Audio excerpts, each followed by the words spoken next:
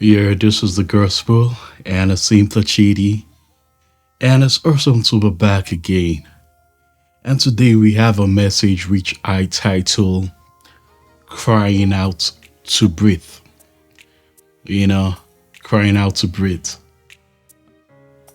I don't know if you as a listener has ever been in an experience where you go swimming and you know the feeling when you go under the water to swim. You know, you're swimming under the water. There is a threshold. There's how much you could last under the water because you have to come up to breathe outside the water. Then to talk about being in a place of drowning, like you don't know how to swim. Maybe in the days you try learning how to swim. Everybody knows what, or anybody who's experienced that knows the feeling of suffocating in water. So basically, you just need to come out to get the gasp or the breath of air in your lungs. You know, suffocating is never a good experience. And just as I use the word suffocated, a lot of people are being suffocated by a lot of issues, a lot of issues that they really need to breathe. You know, I got inspired on this message by the reference of a baby being born, and I'm talking about the magnificence of God and how miraculous He is. You know, a baby who was born cries out when it gets out of the mother's womb. And a lot of people just think the cry is just the norm for a baby being born into the world. But it's of greater significance. You know, that cry is actually a cry of life. You know, the miseries of dimension, think about it. A lot of us, we have a navel, a belly button that does not seem to be of any use, but at a time where a baby is in the womb, the navel is the point that the umbilical cord is connected to that brings about the survival of the child through that food, oxygen, nourishment is being brought into the life of a child, the navel, the air, the oxygen. So there's never any need for a baby in the womb to have to use the nostrils to breathe. But at the birth of that child, where the child is being brought into the world, there is a shift in dimensions, which is a misery. Because right now, the baby needs to breathe air. And a lot of times you call it the amniotic fluid in the sac where the baby is, mucus on in the air passageway of the child. The child cries out, and by the facility of crying out, the baby clears the amniotic fluid from the air passageway and all the mucus and all the fluids for it to be able to breathe. And when the baby is not crying at birth, you see the doctor go through very effective measures to try to make sure they try to clear the airway of that child. They try to tap the child. They want the child to cry out so that the child can breathe in air. And that's the inspiration, and the most inspiring thing about it is like the dimensions. At the time, the baby in the womb breathes through the navel. But when we get out, the fluids that once sustained you start suffocating you, that you need to breathe out. A lot of times our support system changes. Those things which could be our source changes. And when there's an abrupt change, sometimes it could really be overwhelming. It's like being taken through a shift, a paradigm shift or any kind of shift where, you feel incapacitated, And the word is, we are not meant to drown in our situations. We are not meant to drown in our difficulties, you know. A scripture that speaks about a woman who had to cry, she had been in pain, because she was barren, she didn't have a child. And that was Hannah in the Bible. I'm not going to go so deep into that because I just want to make to this message as short as possible. First Samuel chapter 1 verse 10. It said, and Hannah was in bitterness of soul and prayed unto the Lord and wept she cried. She was in pain. A lot of people think about crying as a point of weakness, but one thing that really matters to God sometimes is our vulnerability. A lot of times we are so in ourselves that we do not get vulnerable. Yeah, nobody says you should get vulnerable to other people, for they might take advantage of you. But yes, our vulnerability towards God is supposed to be something that really matters. And being vulnerable is speaking about being a point where you're broken towards God. You feel very much like, I'm nothing where you are, Lord. It comes with a higher consciousness, a deeper consciousness. It comes with intimacy. It comes with a heart that acknowledges God. That's why the psalmist will say in Psalm 34 verse 18, say, the Lord is near unto them that are of a broken heart, and saveth such as be of a contrite spirit. A lot of times I heard a great preacher preach. He said, there is no man who says, God help me, that cries out to God that God helps me, that God doesn't help. A lot of times we might have cried out to God in the past, God help me. The help might have come, but maybe because it didn't come in the way you thought it would come, you might not have recognized that it was God who brought your help. You might just have felt like it just happened through normal circumstances. A lot of times we are not sensitive enough to recognize the hand of God even in a difficult situation. But that is aside from the message.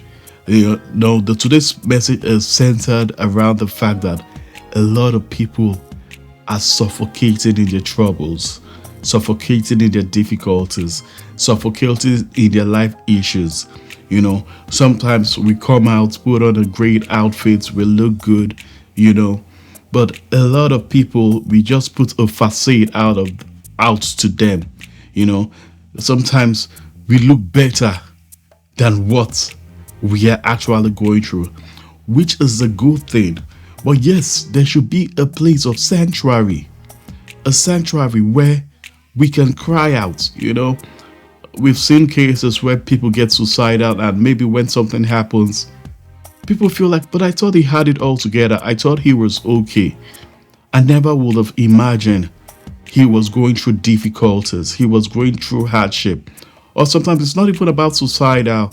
You hear of somebody who you think is all perfect, and you hear the person gets sick and gets like a stroke or get a cardiac arrest or something.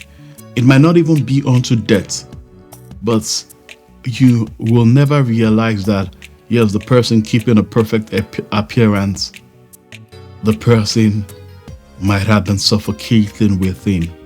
A lot of people are suffocating. It's a good thing. Sometimes people say we do not take our trouble to men, cast all your cares unto God. But yet God has delegated a few people, or people that, yes, we could cry out to. Sometimes they might not be a solution to our problems, but they could be a counsel. They could be a faith support. They could give us guidance. They could give us encouragement. Sometimes what we are going through, a lot of people have gone through before and they've been out of it. So it gives them a credibility where they have to speak to you in your situation. But the word, it is not everybody and it's not anybody you speak to. It's just like a child being born.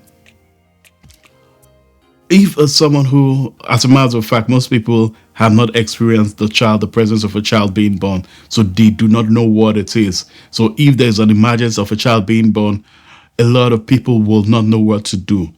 But that's the reason why you have a doctor. That's the reason you have the nursing mother, whoever is there at the hospital, the professional. They know what to do. They have the extractors that they have to suck out all the mucus. Even when the child is not responding, they know where to tap that child for the child to cry out. They know how to rub the back of the child. You know, that's one of the reasons why God has placed pastors, placed the church, placed ministers. But a lot of people are being careful because even in the midst of the churches they go, that their most precious secrets that they share out is being spread about. Yes, there is a place for us to share. God always brings a person.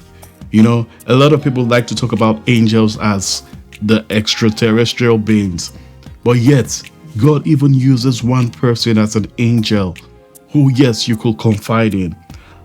And that is one. And there's a second place where you might not even need to confide in anybody, where you will have to cry out unto the Lord. I like the Psalms of David in Psalm 142, where it says, "You are my refuge." Psalm 142 verse 1. It says, "A maskil of David, a prayer when he was in the cave." David had been running away from King Saul, and now he was in the cave of Adullam. He didn't have a direction. He didn't have a clue. He had been moved away from the people of Israel. A difficult situation to be. He said, "I cried unto the Lord with my voice. With my voice unto the Lord did I make my supplication. I poured out my complaint before him. I showed before him my trouble. When my spirit was overwhelmed within me, then thou knewest my path. In the way wherein I walked, have they privately laid a snare for me. I looked on my right hand, and behold, but there was no man that will know me. Refuge failed me. No man cared for my soul." He said he looked for any man, but there was no man. Where there is no man, you cry unto the Lord. He said, "I cried unto thee, O Lord. I said, thou art my refuge and my portion in the land of the living. Attend unto my crying, for I am brought very low. Deliver me from my persecutors, for they are stronger than I." Sometimes the situation actually seems stronger than us. It seems it's going to take us down. "Bring my soul out of prison, that I might praise your name. The righteous shall compass me about, for thou shalt deal bountifully with me." Think about David. Despite he had people who will come and be with him in that, people who were in distress, who will come and be with him in the cave of Adullam, but yet he felt all alone.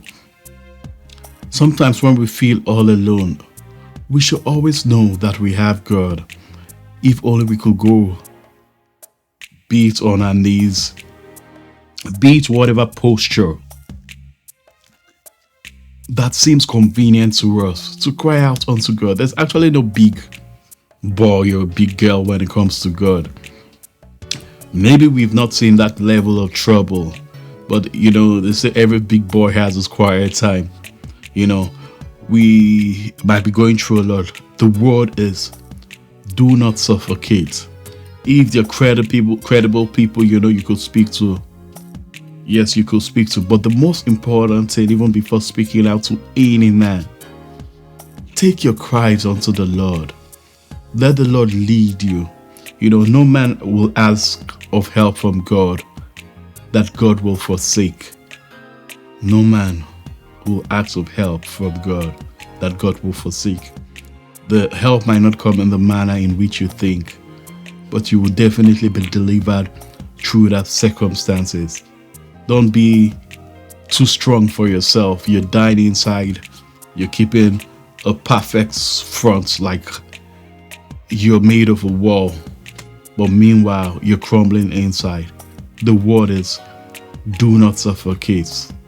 There's a place to cry unto God. God hears. And this is the word for today. I just want to say a prayer for anyone who is struggling, that I cry out unto the Lord in unison with you, that the Lord will render great, fast and imminent help to you. You shall not be swallowed. We shall not be swallowed by any circumstance, be it financial, be it health, be it persecutors. Nothing shall be able to overwhelm us. Nothing will be able to overwhelm you. You will come out victorious. You come out stronger. You come out better. You come out with a testimony. And for any who is sick, your healing is sure in Jesus' name. You're made perfect this day in the mighty name of Jesus. Stay blessed and do have a wonderful week. Thank you. You're Simply Chidi.